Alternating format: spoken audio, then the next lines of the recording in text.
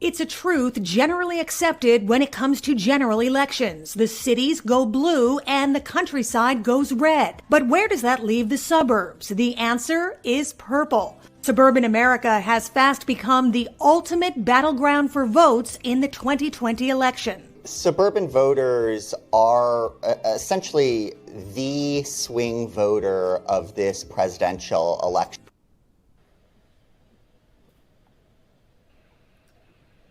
Hello, everyone, and welcome to this week's episode or segment of Vote Proud New York. I'm David Kilnick, and we have our co-host here, Louis Bradbury. Hey, Louis. Hello. Hey. So that video was an introduction into what our topic is today, which is talking about the suburban voice and the suburban vote. I think we hear a lot, Louis, about just what is the suburban voter or what is a suburb, and maybe before we bring our special guest on, maybe just talk a little bit about the topic today. That's right, David. This week we're going to take an in-depth look at the suburban voice in the 2020 election, and we are featuring one of the nation's top experts in suburbia, the Dean of the National Center for Suburban Studies at Hofstra University, Lawrence Levy, known to many of you as Larry. Prior to his time in academia, to start, he has spent 35 years as a reporter, columnist, op-ed writer, and PBS talk show host. He has won many awards, but he was a finalist for a Pulitzer Prize because of his in-depth work in suburban politics, housing, taxation, and related fields. Many of you may recognize him because he is currently and has been a commentator, contributor on suburban issues on CNN, for the New York Times, Newsday, and many other outlets. Please join me in welcoming Larry to today's town hall. Excellent. So Larry should be coming on the screen. And Larry, Here I am. Welcome, and thank you for joining us. And also thank you for being a longtime LGBTQ ally and supporter of the community, and very proud to call you a good friend as well. So thank you for joining us here today. Same for me. I mean, you've been tilling the fields of diversity and inclusion for a long, long time before it was popular, even when it was dangerous. And back when I was an editorial writer for Newsday, it didn't take a lot to convince us that you deserved certainly Newsday's support, and anything that I can do to help the organization, I still am happy to do, including tonight. Excellent. Thank you. And being here today is a big help. And you saw the introduction video. What's your thoughts about that video? And Louis and I have talked about the suburban voter. Who is the suburban voter? A profile of it. A lot has been discussed about the suburban voter. So who exactly is that? And can you give a profile of what that suburban voter is and looks like and thinks like, et cetera? 25 years ago, David, when you were starting to, maybe even longer now, advocate for rights that nobody cared about and didn't want to hear about, 25 years ago or more, I started making the case that it was the suburbs that were more and more deciding national elections, that it was the suburbs that was setting brand consciousness, that all the major retailers were aiming their dollars at. And little by little, not that I would compare what you're doing, which is God's work, to what I was doing, but little by little, people started paying attention to the suburbs. And it has been now a generation since the suburbs was not the swing vote in this country. So the suburbs are important. Sometimes I feel a little bit like the Maytag repairman. The commercial where he's sitting around waiting for somebody to call because the product is so good, nobody needs his help. Well, it used to be that when media outlets were starting to discover the suburbs, they always needed somebody like me for their third paragraph quote to say, yes, the suburbs are important, they are decisive. Well, in the last 4 or 5 years, that's become received wisdom. Everybody knows it, so they don't need me to tell them that. So I sit around waiting for the New York Times, the Washington Post, and all those other people to call. And sometimes I have to call them to remind them that we still have something to say here at Hofstra and in the Center for Suburban Studies. But it's a complicated issue. When people talk about the suburbs, and I'm guilty of this myself, one can get the impression listening to somebody like me that everybody in the suburbs thinks alike, and everybody in the cities that are going to vote 70% Democrat, everybody in the rural areas that are going to vote 70% Republican, and that everybody in the suburbs that goes back and forth, that everybody thinks alike in these places. Well, the reality is that there are a lot of conservatives in the suburbs still. There are a lot of progressives, as you know, which we know. But there is a preponderance of these moderate, middle-of-the-road, independent voters who shy away from extremism of any stripe, who are not particularly loyal or beholden to any party. And those are the people that decide national elections. And give you an example. In 2018, the suburbs played a big role in the Democrats taking over the House of Representatives. Every one of the seats that they picked up, with I think one exception, were wholly or largely suburban. You know, there's 435 House seats, and both parties would agree 35, at most 40 are competitive, and virtually all of those are wholly or significantly suburban. So that's where the whole ball of wax is. And almost anything that a candidate does, and there's an asterisk there, particularly with President Trump, but almost anything that a candidate does and says is aimed at some way at moving those voters either away from their opponent to staying home or back to you, the candidate. Interesting. Larry? Oh, yeah, go ahead, Louis. Yeah. Larry, can you just give us a short definition of what a suburb is? Oh, man, I was afraid somebody was going to ask me that. When we were sitting in the green room, I was talking about the good old days of actually flying to conferences where you could have an actual drink, not that I drink very much, but a drink with your colleagues. And one of the things we so-called suburbanologists talk about, and yes, that's an actual term, is the definition of a suburb. The National Center for Suburban Studies at Hofstra, we held a conference. We partnered with George Mason University down in Washington on that very subject. And there is no fixed definition. Not even the Census Bureau is a big help. For years, they had no definition. And then people like me said, wait a second, more than half the people in the country live in suburbs. More than half the minorities and new immigrants live in suburbs. You got to pay attention to the suburbs. So they came up with a definition that was anything outside, any areas within a standard metropolitan statistical area, SMSAs, it's a good word to know, that is not the central city. So anything outside the central city is a suburb. Now think about the New York area. Hello, Newark? Newark is a suburb by the Census Bureau definition.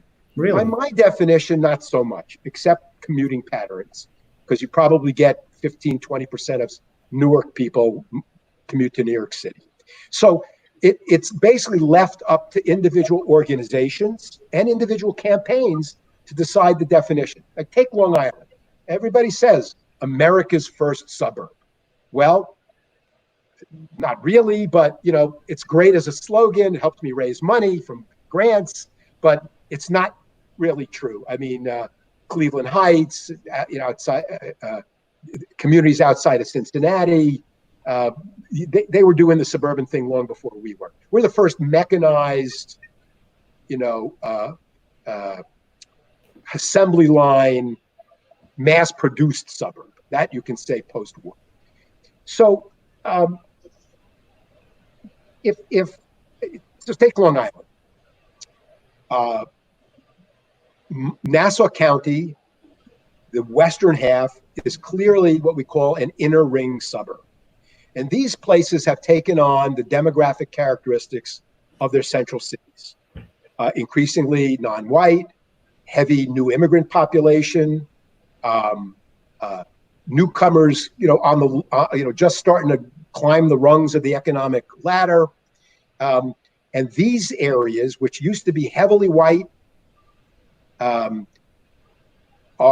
now heavily non-white. They used to be heavily Republican, and now the newcomers are taking their Democratic, with capital D, Democratic voting tendencies with them. And that's why we have one of the reasons why we have a Democratic county executive in Nassau, and why we have a number of state and county legislators and members of Congress who are Democratic. When I started covering politics, you never would have believed that was possible. Now, you get out to more eastern Nassau County, Massapequa, Brookvilles, Hicksville, even Levittown, which is sort of middle of the county. Those are still heavily white, heavily Republican. And even though they're starting to trend a little more Democratic, the GOP can still count on that. And then you go to Suffolk County. Again, Western Suffolk, Avalon, Huntington, and to vote, like a high combination between Eastern and Western Nassau. Real swing voters. You get out to Eastern Long Island, and except for the pockets of New York City residents who decided to live full time in their seaside homes out in the Hamptons, that is what we call ex-urban. It's still very Republican. It's still, with certain pockets, predominantly white, and with the exception of the university town out in Stony Brook and Setauket, you don't see people voting much Democratic. So it's all over the place. So, Donald Trump carried Lee Zeldin's congressional district by 14 points. He lost Kathleen Rice's district by about 10 points. So, but they call all this suburbs. And if I leave you with anything by rambling on like this, like a funny, fuzzy-headed professor, it's that a suburb is not a suburb, is not a suburb. And that when people talk to you about the suburbs, when you watch a broadcast and you read a story, and you have any chance of getting feedback, ask them which kind of suburb they're talking about. Interesting, because even within, like you just mentioned, even within Long Island, you could look at it as 4 or 5 different kinds of suburbs. Yes, right? Exactly. Inner ring, middle ring, outer ring, then ex-urban, which is what Eastern Brookhaven really is. It's I have my own definition, by the way. You didn't ask me what my definition was. You asked me what the definition was. My definition is the duck definition, D-U-C-K. If it looks like a duck and behaves like a duck, it's a duck. If it looks like a suburb, the housing stock, the voting patterns, the education levels, other trends, economic input and output, for my purposes, it's a suburb. Eastern Queens, for study purposes, if you want to examine voter behavior, Eastern Queens is the same as an inner ring suburb. And in fact, we did a study for a financial institution that was thinking of moving to Eastern Queens and had to prove that their outlets in Nassau, that what they did in Nassau County would bear a resemblance, and the places they did it in would bear a resemblance to Queens. And we did the study, and they're almost carbon copies. Western Nassau and Eastern Queens. That's very interesting, because when when the LGBT network expanded into Queens and New York City, one of the first things that some folks said was that, we really need you in Eastern Queens because it's really conservative, right? And so we said, okay, sure, Sure. And we went there, and and it's certainly not like Brookhaven. No, it was below Levittown. But it is a little different, and I know Lewis and I have talked about that a lot. Lewis, you want to talk a little bit about maybe Well, what's on your mind? CD1, and it's interesting the way that Larry sort of talked about Long Island carving it up into all these different rings. Well, I do think one of the issues that we all have is we have a congressman who doesn't seem to represent a lot of our issues. And we have had a Democratic congressman in this area in CD1, but not for 4 years. You see it changing, and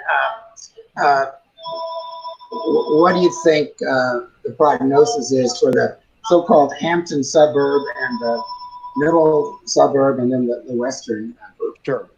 Well, I'm scrupulously careful about being perceived as dumping on a candidate or endorsing a candidate. So I'm not going to embrace the first part of your question.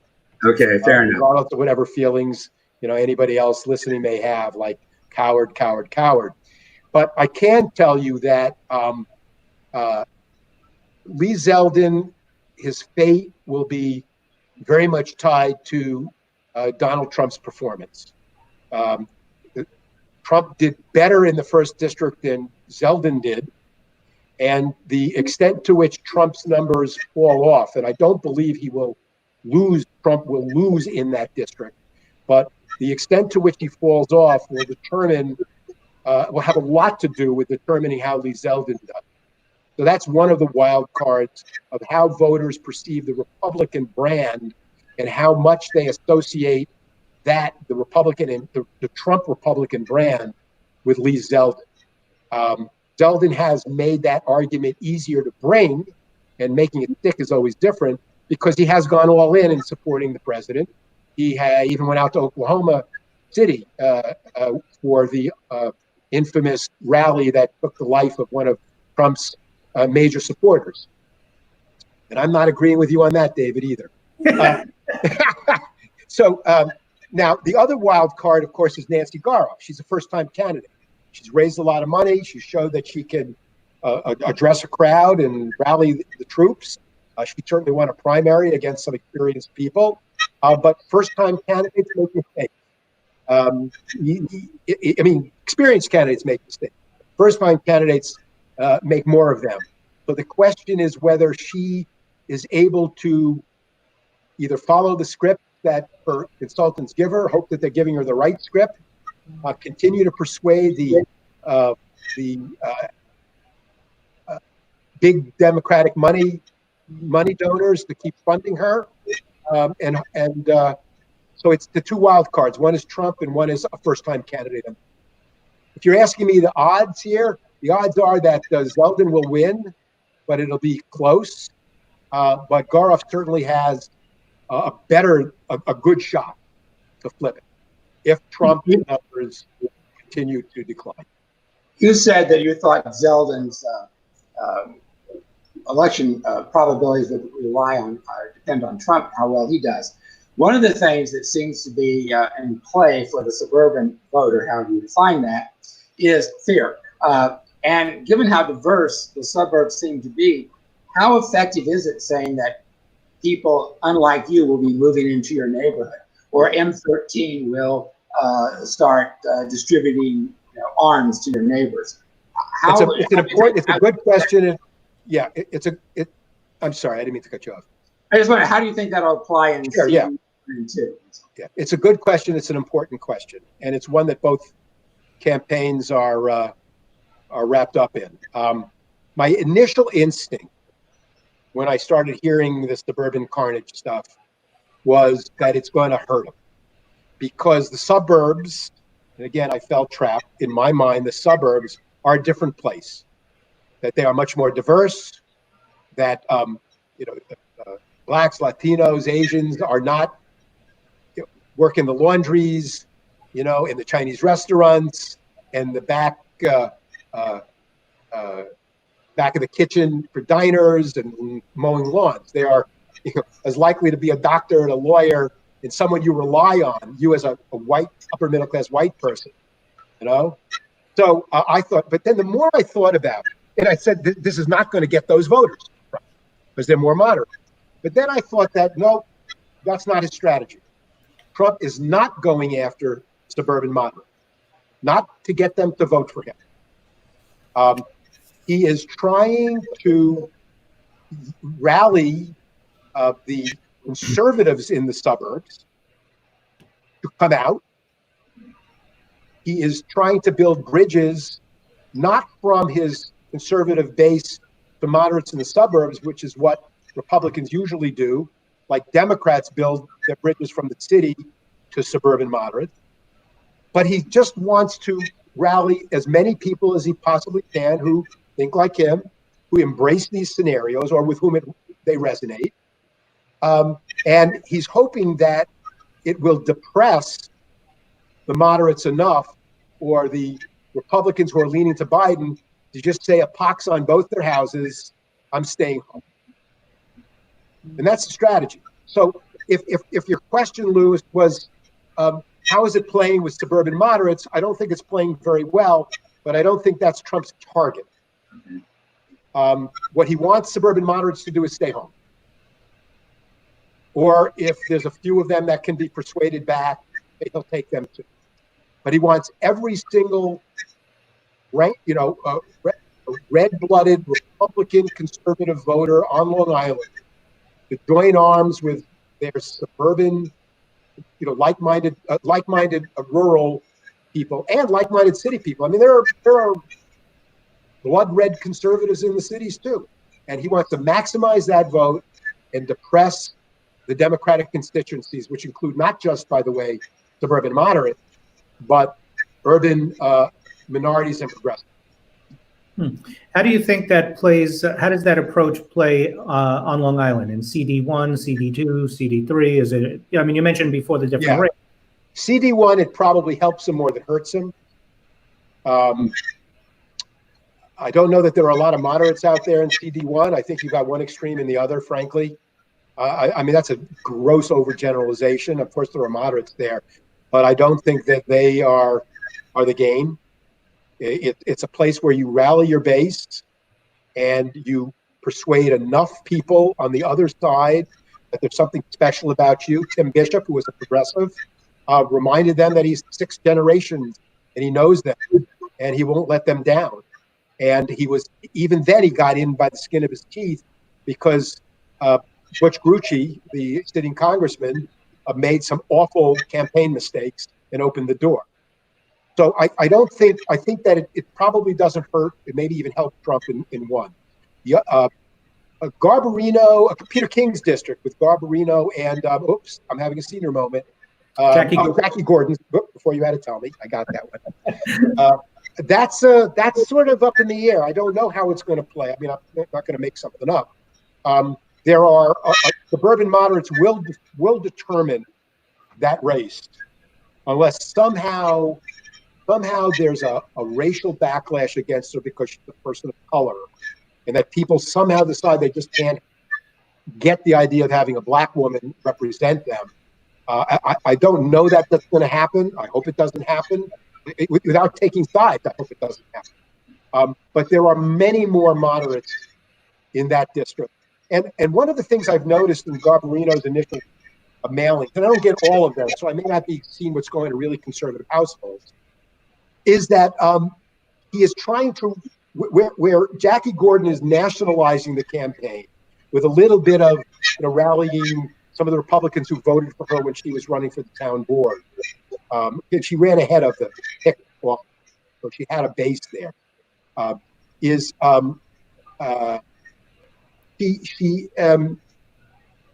She's running a national campaign. Like, in other words, Republicans are, Trump is hurting our district. She's saying Garbarino's a Trump guy. She's saying, here's what the administration is doing to your district, not doing. Look what Peter King had to do to get anything out of the administration. And he was a Republican, right? And Garbarino is trying to localize the campaign. Not that he's running from Trump. He absolutely is not doing that. But he's trying to point out that he is going to be the kind of Republican you are comfortable with in town hall. I will be a pothole congressman, like D'Amato was the pothole senator. You can vote for me, Mr. Democrat, because I'm going to make sure and your neighborhood gets what it wants and doesn't get what it doesn't want. So I think that there's this dynamic going on where they're running different kinds of campaigns, but they're both hoping to get a slice of those suburban voters. Kathleen Rice and Tom Swazi, it's meaningless because if you're asking, it's not going to affect their race. They will win by a lot. And because there is a preponderance of Democrats in those districts, it will probably help them run up the score of Trump's suburban carnage. And going after immigrants, or being perceived to go after immigrants, and being perceived to go after minorities, which he, of course, denies he's doing, it can't help him in those districts, which are heavily non-white. Interesting, because we're going to have, so our viewers out there know that on our next show, we've invited both Nancy Garoff and Lee Zeldin. And so far, only Nancy has accepted. Right. We're going to try to get Lee here, and we've also reached out to Andrew Garbarino and Jackie Gordon, and we expect both of them to be on a... You want them on together? We're going to have them on together, but it's not going to be a debate. Yeah, you might have better. We used to, when I was on the editorial board of Newsday, we used to pick select races, and we wanted people to come in together to see the editorial board. We had a little bit of muscle because we were trying to decide what the endorsement was. In their minds, they thought it could affect coverage, which had really nothing to do with. We had nothing to do with the newsroom. But they still didn't. Most counties didn't like to do that. Mm-hmm. Yeah, it seems like they didn't want to. But we are. I mean, one of the things, and Louis and I talked about this, and we thought it was real important, is that the whole premise behind this Vote Proud New York initiative that we're working on together is to make sure that people get out to vote. I mean, they're registered. They know where to vote. They know where to go for early voting, and that we work on empowering people that their vote will count. As opposed to the strategy that you just mentioned that Trump seems to be using to suppress that vote. And we don't know which way it's going to go. And I think, we really shouldn't assume that, for us in the LGBTQ community, we shouldn't assume that every LGBTQ vote is going to go to maybe someone who supports our community. When I hear, and this is not even taking a side, when I hear somebody tell me, they're all bums, doesn't make a difference, my vote doesn't matter. I say, you mean there's not a difference? And I mean, and a conservative would agree with this too. I mean, there's not a difference between Donald Trump and Joe Biden. There's not a difference between the policies that they will pursue, the people who they will appoint. So, I mean, whether you're on the left or the right, I mean, your vote really does matter. Now, someone wanted to be a wise guy, they could say to me, yeah, but it doesn't matter on Long Island, because New York's going to go blue. And yeah, that's true. But it will matter in congressional races. It will matter in state Senate and assembly races. It will make a difference 2 years from now when people are making funding decisions about what races to support and what they shouldn't support. What issues resonate with voters. People make assumptions that because so-and-so ran on these 3 issues and did this well, that's what works, when maybe that's not really what people want. That's what got folks to the polls, and that's what kept them. I mean, I want to just shake people till they're blue when I hear that sort of thing. Yeah.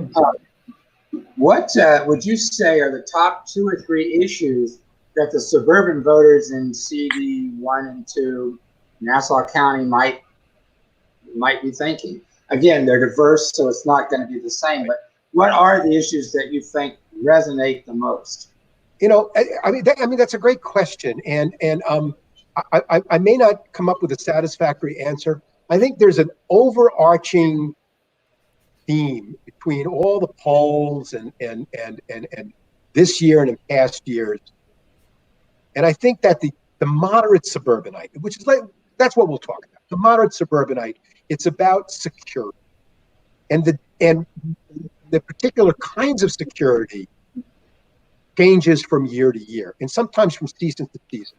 Right now, according to polling, the biggest security-related issue for suburbanites is COVID-19.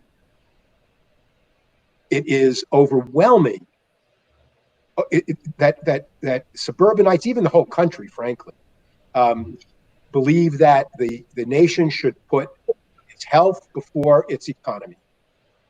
And we're seeing that all over the country.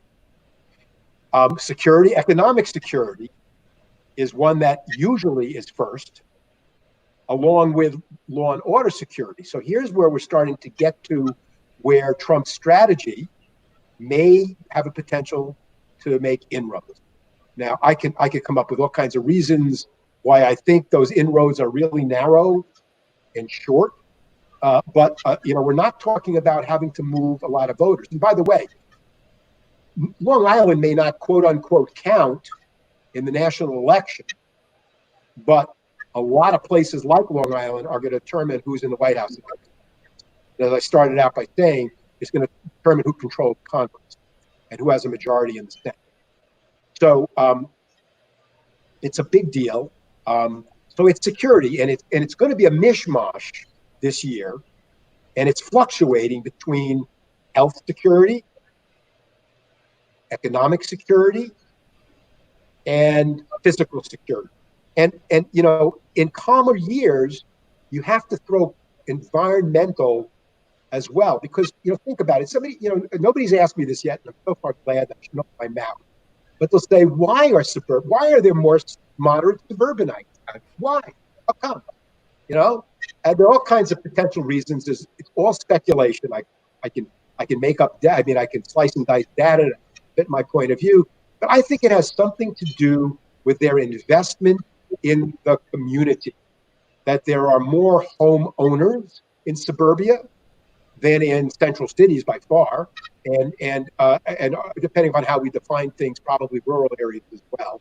Rural areas are 16% of the population. There are more small businesses, individually owned, not franchises of national chains, individually owned small businesses per capita in the suburbs than in central cities. So people come to the suburbs for a house that their livelihood, their wealth is wrapped up in, the quality of their schools,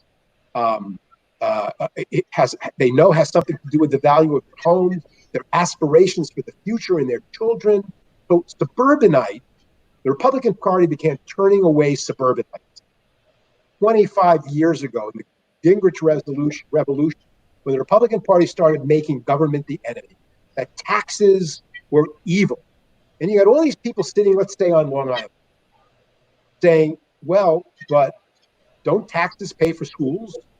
Don't taxes pay for my mother and father in the nursing home? So don't they take care of my kids and my parents? Folks in the sandwich generation, which are people who have to, look up and down chronologically and say, oh my God, I'm now responsible for everybody. They've come to realize that as much as they may not want government in their bedroom, in their backyard, in their business, they need government to patrol the streets, to pave the streets, to make sure that there's a workforce that's well educated, and make sure that the neighborhood is not dirty and polluted, and so they can one day sell their house.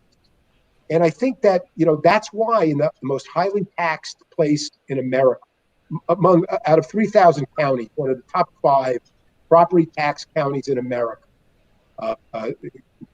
Nassau maybe 4, Suffolk maybe 9 or 10, voted 99% for all the school budgets. All the school budgets passed. It's the one tax bill that voters directly can. I think they should, in most cases, vote support. I think I won't get into why, but that's my opinion. But the fact that they do, when everybody kvetches about taxes, is mind-boggling. But it's because enough people, a critical mass of people, have come to believe either they have kids in school and they want to have just what they had when they were going to school, or they have been told over and over again that the quality of their schools is going to determine what they can get for their house. So there's a coalition to support government spending. As long as, here's the line I've used, I just remembered, that what suburban moderates gravitate to candidates and officials and will tolerate an awful lot from them in terms of quote unquote big spending or even cutbacks that they don't like, if the person doing it shares their values and is delivering value. For suburban moderates, it's all about values and values. But I'm not talking about, frankly, abortion or even gay rights, although gay rights has become polls really, really high in suburban areas.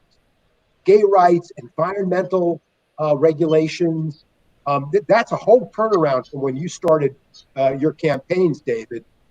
It's now considered part of value. And once you broke through to the values area, you can then start having a conversation like you do with the Long Island Regional Economic Development Council, which I do pro bono work for. I'll emphasize pro bono work.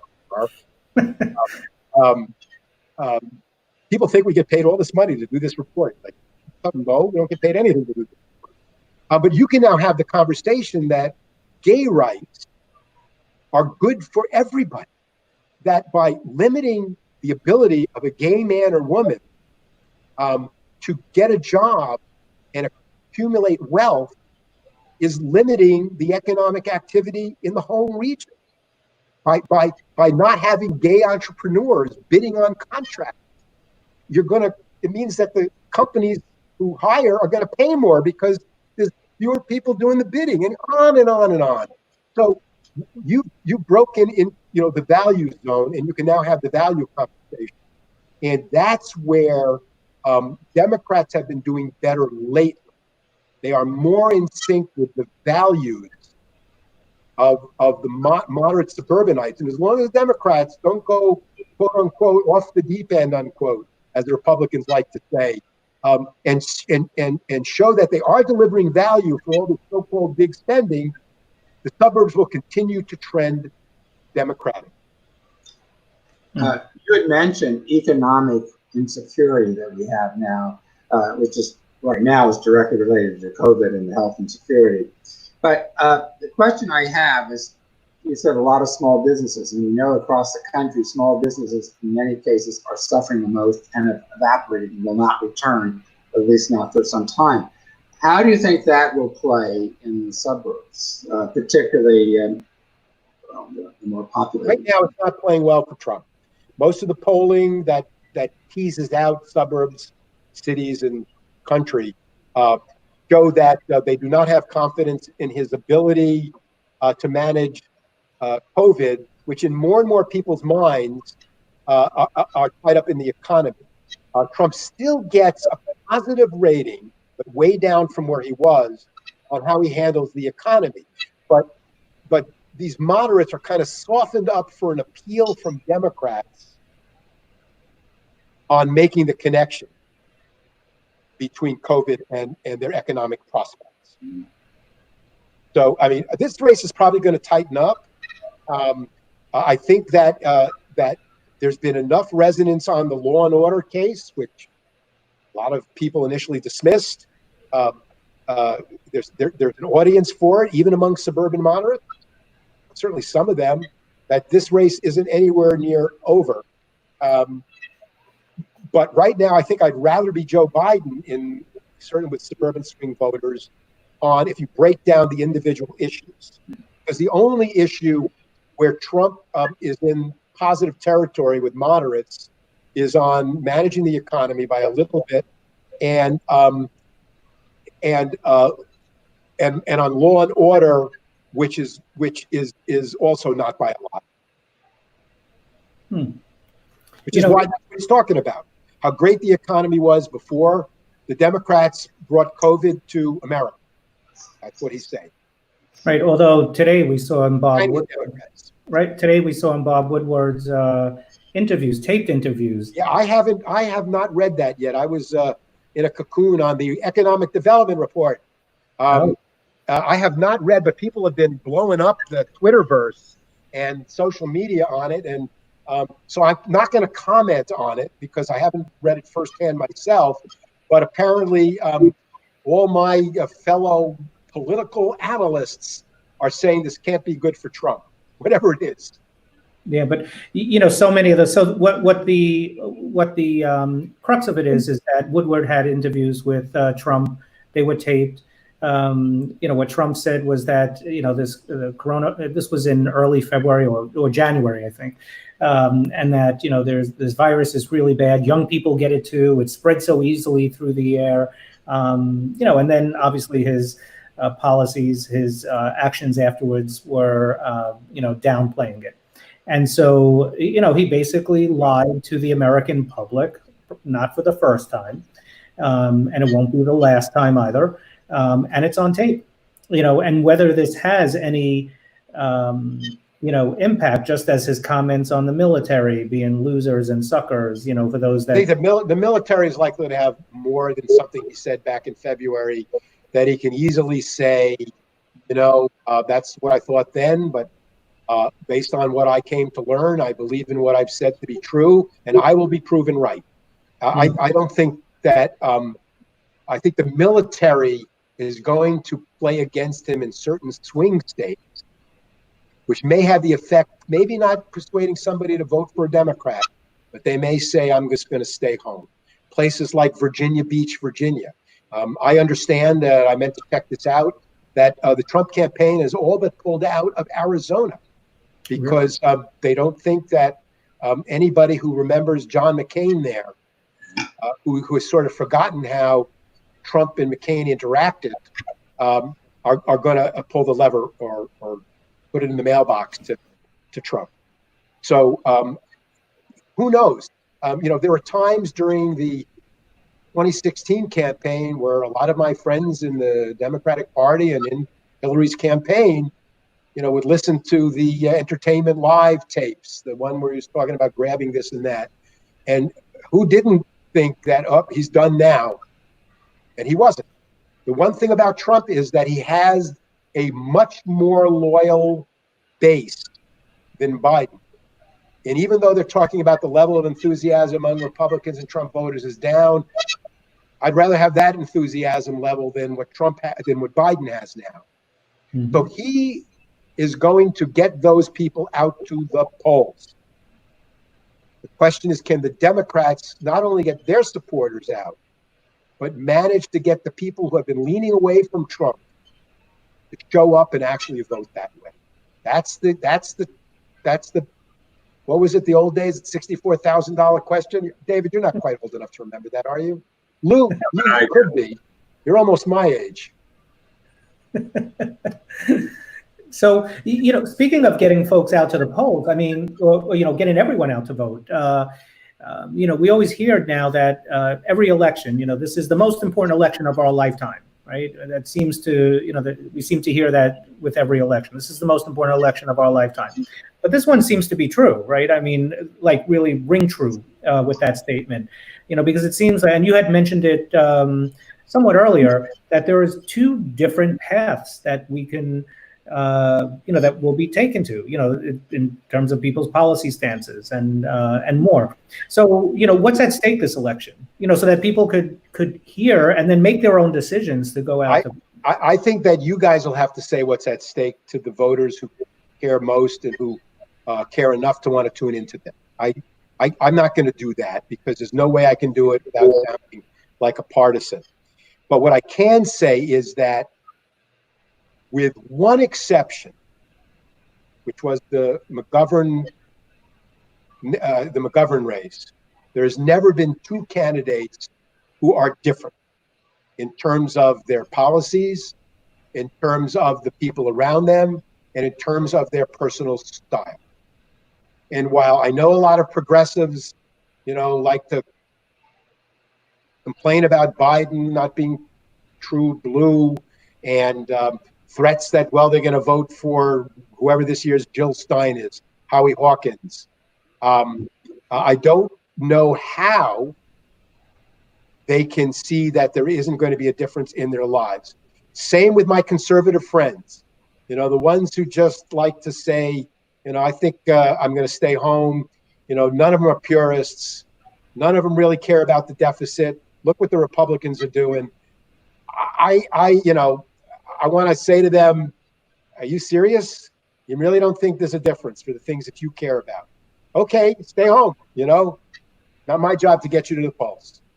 Just like it's not my job to get Democrats to the polls. That's your job, David. Yes. So I mean, Louis, let's talk about what's at stake, because and I'm sure we could see Larry nod his head. No nod or smile shall be taken. The Vote Proud group and its allies that we're talking about, I think there's a serious issue of civil rights. The president and his right-wing evangelicals have said they want a religious exemption. It's aimed initially at people with firm religious beliefs that feel that not serving gay people in a restaurant or LGBT people or letting trans people come to a hospital when they need being sewed up for a cut or something is okay. That's a constitutional right. I think if that happens, it won't just be the LGBT community that religious beliefs can cause people discriminated about. It will be for people of color. It will be for people who are not Christian, for people of all kinds of issues that may not fit into what some religious people think people should be or should do. And this has nothing to do with wedding cakes. It has everything to do with whether you can travel and stay at a hotel, whether you can eat in a restaurant, or whether you can be taken into an emergency room and be treated for a heart attack or for a cut or anything because that you're just a human being. That's at stake because they've said they want to do it. They've got a court that's very conservative, and that's a fundamental list on the evangelical base that Trump enjoys. That's what concerns me the most. Yep. Well, it's interesting you say, and I think correctly, that gay rights are civil rights, and that what undermines one group undermines blacks and Latinos, Asians, and other minorities and new immigrants. And I happen to believe that is true. But you have to remember, we have religious groups who said that it justified slavery because they were bringing the gospel to heathens. They justified not allowing people of different races to marry because that was against their God's will. So we can see where religion can justify heinous violations of human rights. And we've seen with Trump's comments and what some of his people want, that is a strain that is continuing, like in Charlottesville and other places. This is not, oh, it can't happen here. It may be happening here. Well, I mean, like I said, it's interesting what you say, equating gay rights to the rights of blacks and Latinos and Asians. But I think David would tell you that the communities where gay people have the greatest fears, the highest rate of rejection are some of those communities. So you have a lot of work to make that case even within the coalition you're trying to build. The only other thing I would add to that is that what conservatives would say, and I'm just representing another point of view here, playing devil's advocate, is that life is a balance. A democracy certainly is a balance, and that allowing the religious exemption, it gives certain people a right to exercise their freedoms without saying that, in this case, gay people can't ever be married or have a party celebrating it in public, that there are other bakeries you can go to. That's what the conservative viewpoint is. And I have to tell you, among a lot of moderates, that doesn't sound like the most unreasonable thing. Now, I can pick that argument apart, but I'm just telling you what's out there when you talk to people outside the bubble. You're taking the conservative argument and twisting my words. I did not say that gay rights were equal of anyone else's rights. I said the fear that we all indulge is that religious views can be used to discriminate against anybody, not more LGBT, not more people of color. So I'm not talking about overall discrimination. I'm talking about creating a constitutional right that one group can discriminate against someone else. Wedding cakes, I don't care about. Go to another bakery. Wedding photographer, get another photographer. I'm talking about basic rights of going into a restaurant, going into any place, and not asking anyone to accept you as gay or a lesbian or trans or black or anything, but just allowing you to have a public accommodation because you're a human being. And that's what's at risk. It's not a matter of pitting gay rights against civil rights of black people or Muslims or anyone else. It's being discriminated. And I'm not arguing with you on the issue one bit. I'm simply saying that as a political debate, as an issue, and how it resonates, this is not a slam dunk for the candidate and the side that you're espousing. That there are people that don't find this to be unreasonable. No. That is your mission, and I'm saying that it's a complicated issue for politicians. And that's why it's at stake. You're right. There are people who oppose it, or who promote a religious right, and that's why we say, what do we have at stake in this election? And that's one thing. Because there are people who are promoting it, and a lot of people.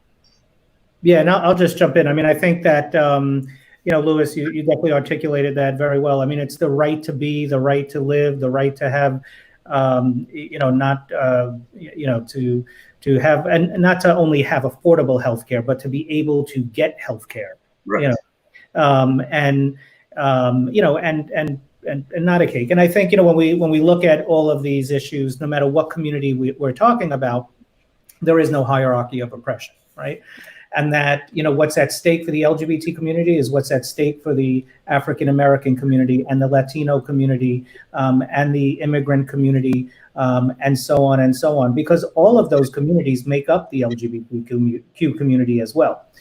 So we certainly couldn't do our job if we didn't take a look at the intersectionality of all the different kinds of discrimination and oppression. No one gets a gold medal. This isn't the Olympics, right? And that no one gets a gold medal for having the worst oppression. We all have different experiences, and it's important to listen to them. And I think one of the things that is... David, did you just say all lives matter? Is that what you just said? This is a dangerous world for politicians and even advocates with hearts of gold. Yeah, no, but I mean, what it's saying is that, I think, picking up on what Louis said, is that, what's at stake are people's right to be, people's safety, simply because of who they are, or simply because of who they love, the color of their skin, their gender, their citizenship status or immigration status. It's just what's at stake right now is, after November 3rd, are we all going to feel safe, to be able to go out into our communities, even our Long Island communities, where we have seen an increase in hate crimes since COVID. Actually, you would think that, maybe it would come down because people aren't going out, but no, it's increased. Anti-gay hate crimes? And yes, they've increased. Didn't know that. So, so we have a lot of this stuff going on. But I think one of the important things, and then we have to, we're going to talk about being counted with the census, because we have to remember that, September 30th is the deadline for that. But that whatever we do, for everyone here watching, except for Larry, who can't comment on this, but is that we all know what's at stake, right? It's in front of our face. It's obvious to us, right? But we should take nothing for granted, right? That even people who are like us, whether it's the same sexual orientation, the same gender identity, the same race, all feel the same way, or we all live in the same community. That's not the case. And just quickly, I'll tell a quick story. I teach adjunct for a university, and in the social welfare program. And I had a class last night, and we were talking about, I have some, it's an online class. I've been teaching online before it was in, so for 4 or 5 years. And so we have students from all over the country. And so I have a bunch of students that are former military members. So I brought up, what just happened, and Trump calling allegedly saying that, those who lost their lives in wars are losers and suckers, and et cetera. And I said, well, how do you, let's hear from the folks who are former military members. How do you feel? And I thought that they were going to be right on, he's a this, he's a that, we got to get him out, and these are people studying to be social workers, right? And, but no, heard the opposite, I don't really like Biden. I don't know if I believe this. So what has happened? Well, what one of Trump's tactics has been is to challenge what truth is. And it's working on even people who are going into a profession where we take an oath as social workers that our goal is to fight for human rights, for social justice, for human dignity, for the worth of a person. How can you go into I didn't say this to the students last night because I want them to come to the realization on their own, but how can you take an oath to go into a profession where you're supposed to protect human rights and fight for social justice, and then at the same time say, I don't know, like you said, Larry, I don't know, I don't like him, so maybe I won't do it. I don't like the other side either, so maybe I'm just going to stay at home, and it just, so the point of that, of this long story is that let's not take anything for granted. That's why when Louis and I talked, we said we have to do something so that people realize that they have to get out and vote. But we also need to educate on the issues. And it's two very different paths that we're talking about here that have been clearly laid out. There's not even 1 ounce of similarity. So that's just my little... I have a question for you, David. Are you asking your members to make calls into other states on behalf of the candidates they support?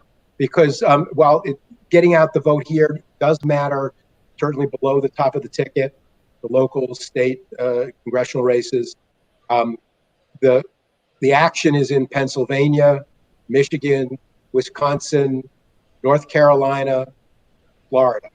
Mm-hmm. And both parties are making it possible for you to sit in the comfort of your home and dial up people as if you're knocking on their door. So you might want to consider that regardless of whatever direction you go. Sure, that people just get involved and call whoever they want. Through our C4 organization, Equality Long Island, we could make a more direct ask of folks to, support whoever's endorsed by Equality Long Island.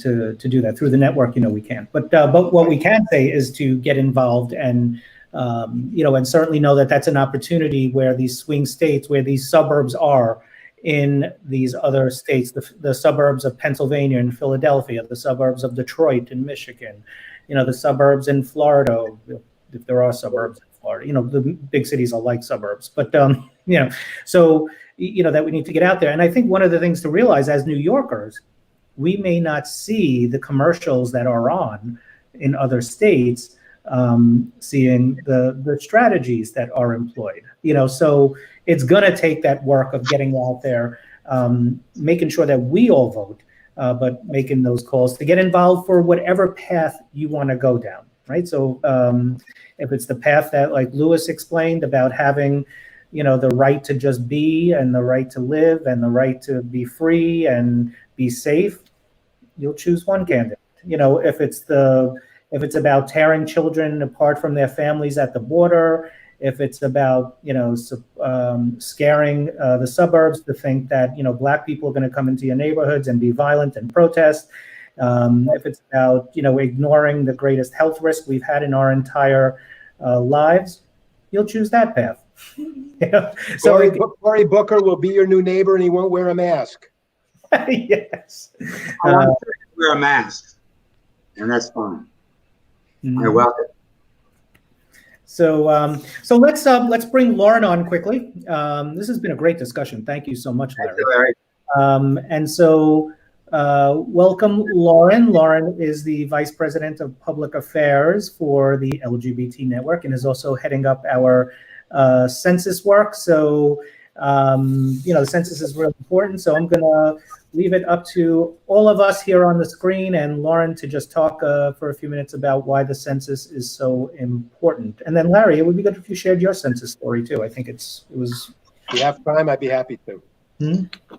Thank you. Thank you. Well, you were talking about what was at stake, and the Get Out the Vote effort is important. I think one thing we've learned in 2020 is that, there are real consequences to who leads. But what the perfect segue is in getting out the count. What's at stake for New York State, and that's $121 billion a year in actual funding that's dispersed to our communities, is all based on census numbers. And if every community isn't counted the same, we're actually going to have huge disparity issues. And that's a real key issue. I think there's been a lot of discussion in 2020 of how to stop the tide of sort of systematic issues like racism. And one way to really stop that is through making sure that all of our communities are counted equally. The LGBTQ community has an opportunity this year, different than any previous census, to actually identify. They do not get to identify not as a couple or a family. They don't get to identify individually. And obviously, it's important that people be able to identify any which way. But we are absolutely out encouraging right now every single person to be counted in our community and every community here in Long Island and beyond and Queens, because it's really, really important. It's important the funding you get, and it's important the representation. In 2010, New York State lost 2 congressional seats just based on census numbers. That's 2 less people fighting for us. That's nearly $1 trillion in lost funding just based on those 2 districts. And additionally to that, it actually brings up, some of the civil rights you were talking about, right? Martin Luther King, fought so dearly for the Voting Rights Act. And there's 2 things that he really fought for: to make sure there wasn't packing and stacking into districts so that you couldn't dissolve a voice, and that you couldn't divide and conquer a voice either. And unfortunately, when you lose 2 congressional seats in a diverse state like New York State, that is rich with value, you lose a real important voice too in our nation. I think New York, we all realize after going through and still continuing the pandemic, the voice that is really needed for New York State, and the important voice that we share with the nation. So we're obviously trying to get everyone involved in counting. There's a huge obstacle. 1, the pandemic has happened, right?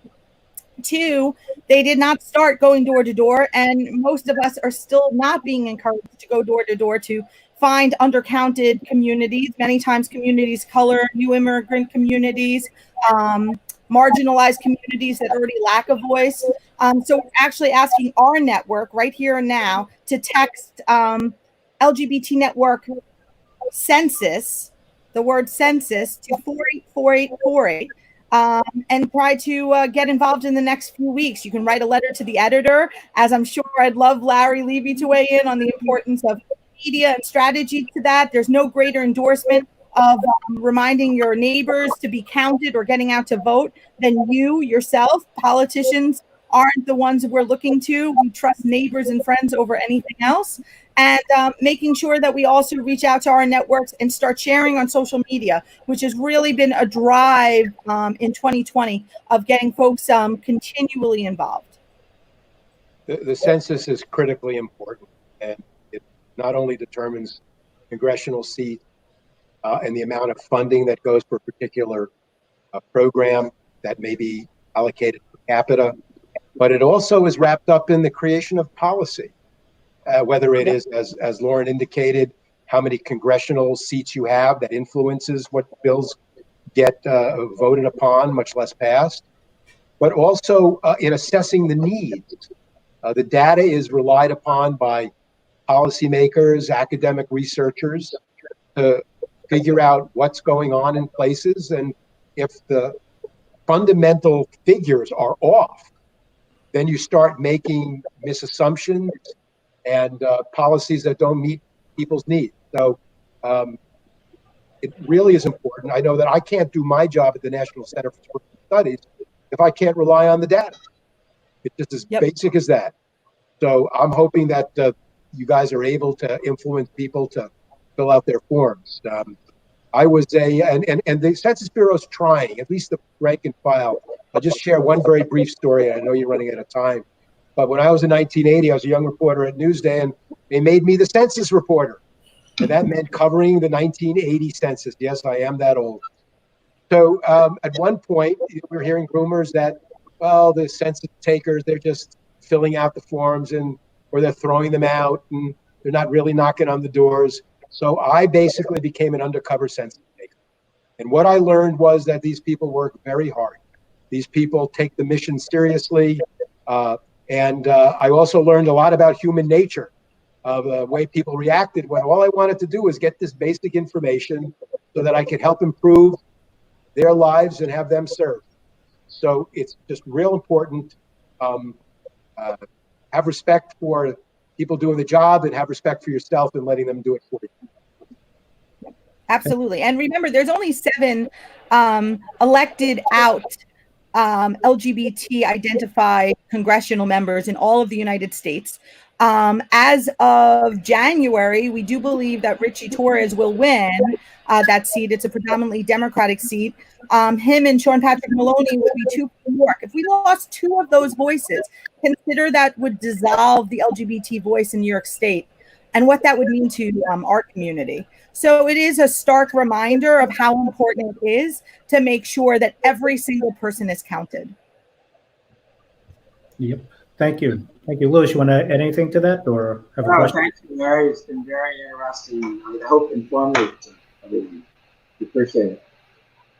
Yes. So thank you. So so again, the deadline for the census is September 30th, right? We will have another show before then. So Lauren, you may have to come back out of the green room and onto the camera again. Just remind folks, our next show, we're going to have Nancy Garoff, who's running for Congress in CD1. And we also hope to have Lee Zeldin. So if anyone's out there from Lee Zeldin's campaign that is watching this, which would be great, I mean, and learning somewhat about the LGBTQ community, please respond. We want to have you on too. The show is not partisan. We want to make sure that everyone is able to talk. We may have some questions that, because we're here to really talk about the interests of the LGBT community and our civil rights and our freedoms and equality for all. So those questions certainly will come, but we invite you on here to talk about. But definitely on next show, we have Nancy Garoff, who's the candidate on the Democratic side in Congressional District 1, and we hope to have Lee Zeldin here as well. And Larry, thank you so much for the interesting discussion, and maybe you'll come back and visit us for a little bit as we take. Come after the election. We'll talk about what happened. Okay, cool. We'll do a post-election show, right? Sure. Which would fall on a Wednesday. So, and hopefully it's a happy recap. I don't think I'm going to commit to doing anything the day after the election. First of all, I'll be exhausted. Second of all, we probably won't even know the results. I know. It may be that close. But one of the things, while we may not know the result on November 4th, make sure that you're part of that result whenever it's counted. So make sure you register to vote, that you text, our text is 484848. So text Vote Proud to 484848. And you will get links back to register to vote, to find out where your early polling site is, and how to get involved as well. Thank you to my co-host, Louis. Again, I think this was a great discussion and look forward to our next show. So thank you, everyone.